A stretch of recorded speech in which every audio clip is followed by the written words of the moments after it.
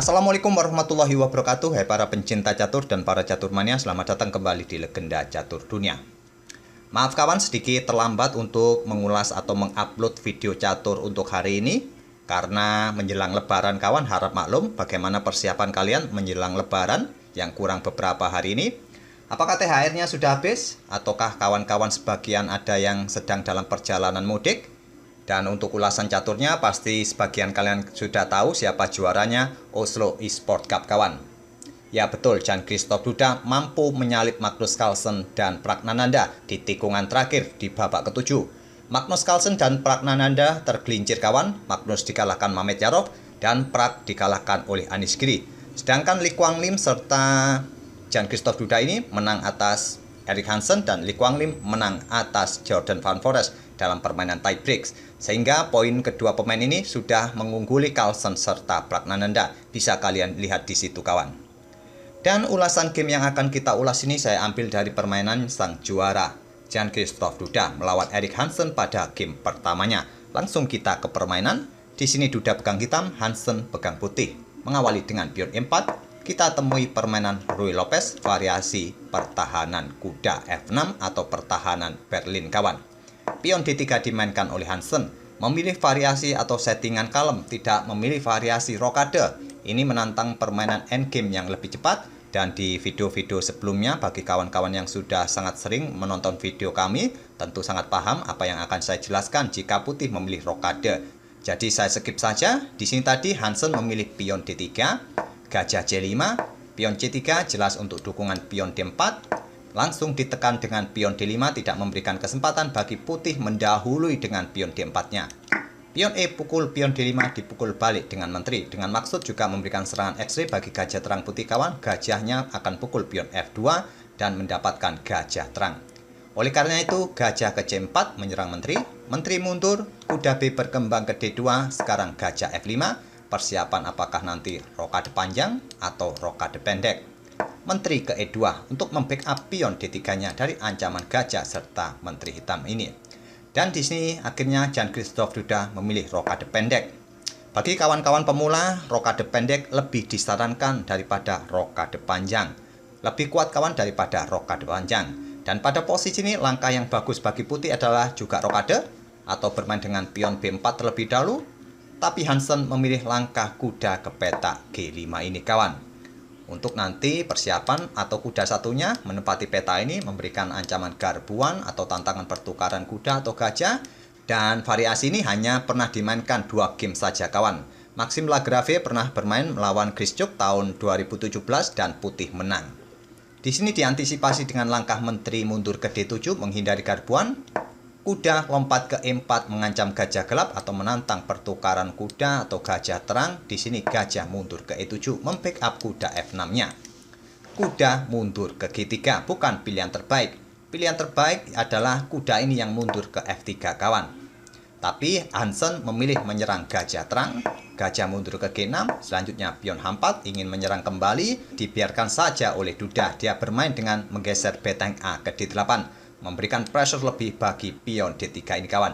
Jika pion H5 dimainkan oleh putih, gajah akan pukul pion D3 nanti. Oleh karena itu, kuda mundur kembali ke E4, memblokade diagonal bagi gajah untuk memberikan dukungan bagi menterinya, mengincar pion D3, dan selanjutnya kuda ke A5, mengancam gajah terang. Jika tidak dipindah, nanti pionnya akan bertumpuk kawan di sini di lajur C, gajah ditarik mundur ke B3. Menantang pertukaran di petak B3 langsung diterima oleh Duda, dipukul balik oleh pion. Putih mempunyai lajur A yang terbuka dan pion ini dalam ancaman. Tapi dibiarkan saja oleh Duda, dia menyelamatkan posisi gajahnya kawan. Memberikan ruang bagi gajah mundur jika pion ini dimainkan.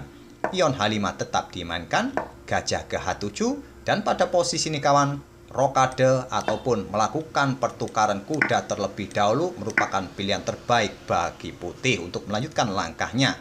Nanti kuda ini bisa lompat ke peta E4 menyerang gajah gelap. Tapi bagaimana dengan pion ini kawan? Pion ini memang bisa saja diambil oleh hitam kawan. Tapi jika dilanjutkan, engine menyatakan permainan masih cukup berimbang. Mungkin terlihat putih pada posisi ini sudah kehilangan 1 pion kawan dan posisi kudanya terancam. Di sini kuda bisa pukul gajah terlebih dahulu dengan tempo. dipukul balik oleh pion, dan kalian bisa ambil pion yang ada di peta A7 dan komposisi pion pun akan kembali setara. Tapi di sini tadi setelah gajah ini ditarik mundur ke H7, Hansen memilih ambil pion langsung, tak memperdulikan rajanya kawan. Sampai langkah ke-18 ini rajanya masih berada di pusat. Cukup mengkhawatirkan, dan di sini kuda lompat ke D5. Diambil lagi pion yang ada di peta B7, sudah unggul 2 pion kawan, putih pada posisi ini, tapi posisinya sudah mulai kolaps kawan. Diserang dengan kuda F4 menyerang menteri, disikat oleh gajah, dipukul balik oleh pion mengancam kuda, kuda tidak dipindah, memainkan pion D4. Kenapa kawan kuda ini tidak dipindah? Karena memang petanya juga tidak banyak untuk memindahkan kuda ini, hanya peta F1 yang cukup aman. Tapi berikut inilah serangan akan dilanjutkan oleh hitam kawan. Beteng akan digeser, melakukan skak di peta A1. Nanti diikuti menteri mengancam beteng, bisa jadi. Kalaupun raja menghindar, mungkin naik ke peta D2. Menteri akan mengancam beteng, beteng tidak mempunyai peta yang bagus lagi kawan. Mungkin ditempatkan di peta B4 untuk menantang pertukaran perwira di sini. Ya diambil saja oleh hitam, oleh gajah. Dipukul balik, setelah itu hitam akan meluncurkan betengnya ke A2. Mengancam pion yang sudah sulit di backup oleh putih lagi kawan. Dan tentu saja menteri nanti bisa mendukung serangan, beteng pun siap digeser ke lajur E atau ke lajur D. Gajah berada pada diagonal yang bagus, putih akan kolaps jika pada posisi seperti ini kudanya dipindah. Oleh karena itu mungkin sudah dikalkulasi, Hansen bermain dengan pion D4. Artinya mengorbankan kuda, langsung diambil oleh pion, dipukul balik dengan kuda, menteri C6. Mengancam beteng, juga mengincar pion G2, diantisipasi dengan menteri F3.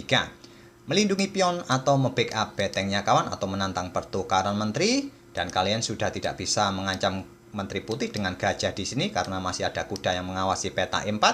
Oleh karena itu, Duda menggeser menterinya ke A6, mencoba menyerang lewat belakang, dan Hansen ambil pion hitam lagi. Hansen punya 4 pion di sisi menteri ini kawan, tapi kalah 1 perwira minor.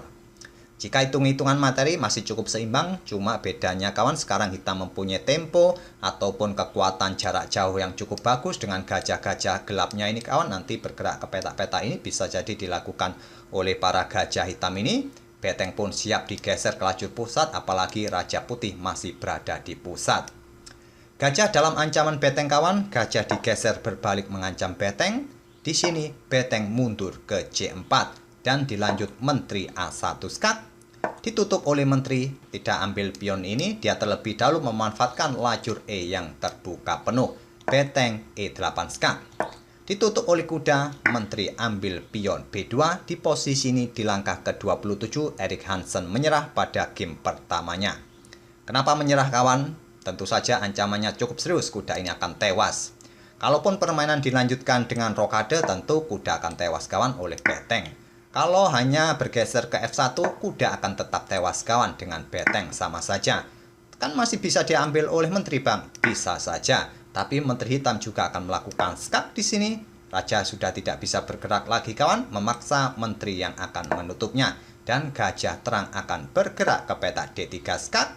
Sudah tidak bisa melakukan apa-apa lagi kawan. Raja hanya bergeser ke G1. Menteri dihantam menteri hitam skak. Skak mat. Raja sudah tidak bisa bergerak naik ke peta H2 karena di sini ada gajah. Itulah kenapa pada posisi seperti ini saat ada skak dari beteng ditutup oleh kuda dan menteri hitam ambil pion B2, Erik Hansen menyerah. Itulah kawan salah satu permainan Jan Christoph Duda saat menghadapi atau meladeni Erik Hansen. Erik Hansen kalah 2 kali kawan dan 1 kali remis, mengantarkan Jan Christoph Duda mendapatkan poin penuh di putaran terakhir atau di babak terakhir atau di tikungan terakhir. Dan sialnya bagi Carlsen dan Pragnananda, dia kalah oleh lawan-lawannya sehingga Jan Christoph Duda mendapatkan keberuntungan Duren Runtuh menjadi juara di seri ketiga Oslo Esports Cup ini kawan. Semoga permainan dari kedua pemain tadi bisa menghibur kalian semua dan kita akan bertemu di video-video berikutnya. Terima kasih. Wassalamualaikum warahmatullahi wabarakatuh.